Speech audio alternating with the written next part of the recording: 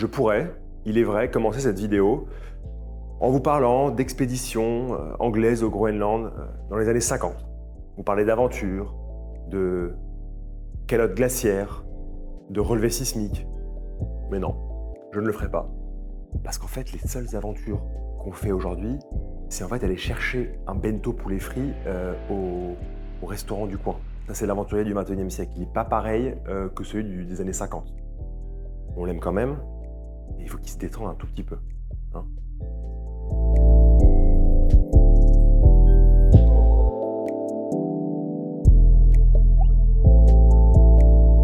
Vous l'avez compris, aujourd'hui on va parler d'aventure et en particulier d'une aventure particulière, c'est celle de la Tudor Black Bay Pro, la dernière grande nouveauté qui a fait beaucoup de bruit lors du salon Watches and Wonders. Tudor, c'est la première marque qu'on a eu la chance de voir quand on est arrivé sur le salon à Genève. Et alors ça fait toujours plaisir, je peux vous le garantir, d'arriver sur le salon, on sait que la semaine elle va être crevante, et de commencer par un petit peu de douceur, et en particulier la découverte de la nouvelle Black Bay Pro. La première chose qu'il faut saisir avec cette montre, c'est qu'elle s'appelle Black Bay Pro. Dans Black Bay Pro, il y a Black Bay. Dans Black Bay, il y a Black Bay. Et dans Black Bay, il y a Black Bay. Black Bay.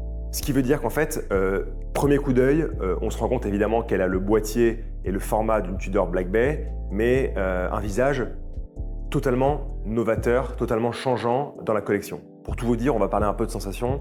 La première fois qu'on l'a eu dans les mains et qu'on a eu la chance de pouvoir la mettre au poignet, donc ce fameux premier jour de salon, on a tout de suite été séduit par son diamètre de 39 mm. C'est ça un peu la clé du succès de cette Black Bay Pro. Alors évidemment, c'est un délice au poignet, même si on retrouve l'épaisseur de la Tudor Black Bay GMT qu'on a découvert il y a quelques années, qui est aux alentours de 14,5 mm. Alors il est certain qu'on remarque davantage l'épaisseur quand le diamètre se réduit, mais je peux vous dire en toute honnêteté qu'une fois la montre au poignet, on sent pas vraiment l'épaisseur, on la remarque pas particulièrement, donc détendez-vous. Il y a deux choses qui accrochent le regard, je dis bien accrochent le regard, sur cette Black Bay Pro. La première chose évidemment, vous l'aurez compris, c'est une lunette avec un affichage 24 heures, donc les chiffres arabes pairs et des séparateurs, donc tout est gravé et peint en noir. Cette lunette, elle a une très très belle finition soleillée, évidemment elle est fixe, et on apprécie la typographie plutôt importante des chiffres qui permet une belle lisibilité. C'est un peu le but de cette montre, c'est pour ça qu'elle s'appelle Pro aussi. Pro, c'est pour professionnel, pas pour Pro Rata ou Pro Format. D'accord, merci. L'autre détail super accrocheur sur cette montre, en plus de sa lunette fixe 24 heures, c'est son aiguille de GMT. Alors l'aiguille de GMT, pourquoi elle nous plaît? Parce que déjà, elle est jaune, c'est pas quelque chose qu'on voit tout le temps. Elle est de type lollipop. Alors quand je dis lollipop, tout le monde pense à l'extrémité forme de sucette, donc ronde. Là, c'est de type lollipop, parce qu'en fait, le repère GMT sur l'aiguille, il est en forme ici snowflake, donc ce petit morceau anguleux qui est propre et cher à Tudor. Et on apprécie que cette aiguille GMT ne ressemble finalement à aucune autre. C'est toujours la complication quand on crée une montre GMT, c'est de ne pas tomber dans des choses qu'on peut connaître visuellement. Le point très sympathique, c'est qu'on peut la régler indépendamment du reste. Et donc en fait, on a un second fuseau horaire plus l'indication jour-nuit grâce à la lunette qui est gravée sur les 24 heures. Pour nous donner cette deuxième heure qui nous plaît beaucoup parce que, je sais pas, on a fait des bêtises à l'étranger, parce que ça nous rappelle un petit plat épicé, parce que ça nous rappelle des plages d'Hawaï, chacun son histoire. Pour nous offrir cette seconde heure qui nous plaît beaucoup, on retrouve à l'intérieur le calibre de manufacture avec la fonction GMT intégrée, MT5652. Alors ce calibre, il ne vous est pas inconnu car on le trouvait déjà sur la Black Bay GMT, ce qui explique aussi l'épaisseur de cette montre puisque je crois de mémoire que le calibre fait aux environs de 7,5 mm d'épaisseur, donc si vous rajoutez à ça le boîtier, le fond de boîte, la lunette, le verre, etc., vous comprenez qu'on n'arrive pas forcément à une épaisseur de 10 mm. Toujours un petit morceau de silicium qui traîne spécialement ici pour le spiral du balancier et qui permet en fait de ne pas être trop regardant par rapport à la puissance des champs magnétiques et de pouvoir vivre sa vie tranquillement sans que la montre perde en précision. Le boîtier est toujours étanche à 200 mètres. On trouve la belle alternance de finition polie et satinée.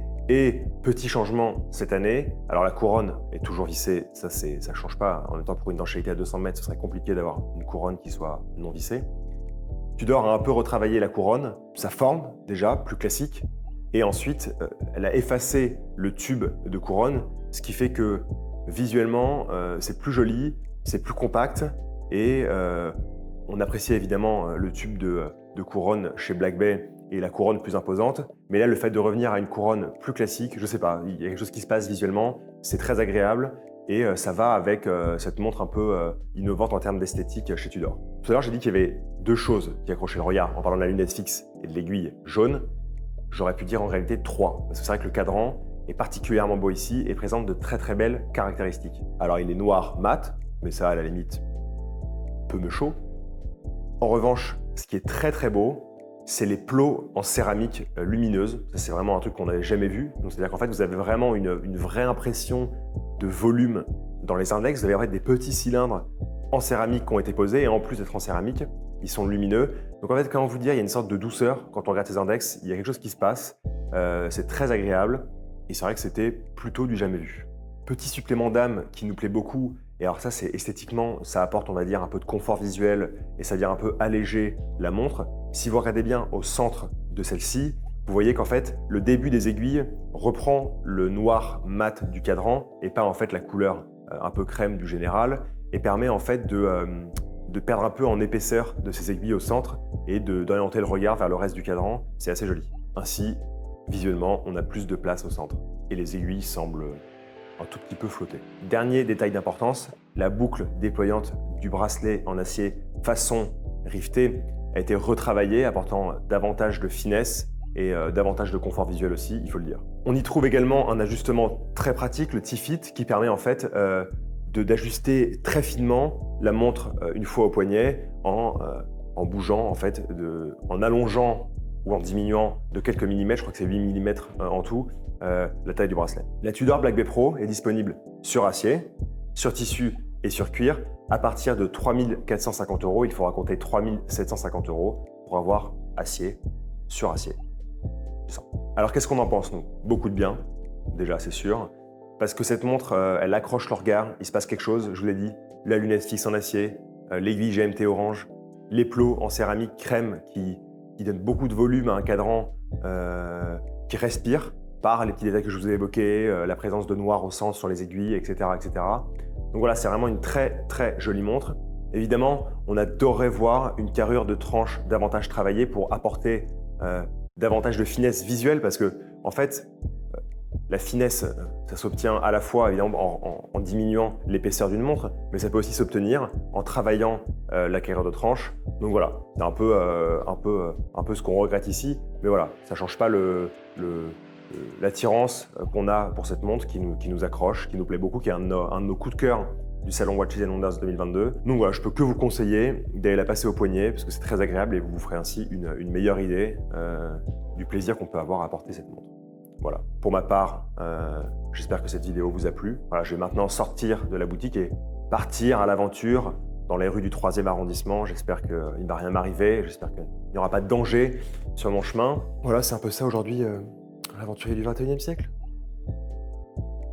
Mais tant qu'il porte une Black Bay Pro, tout va bien. Merci.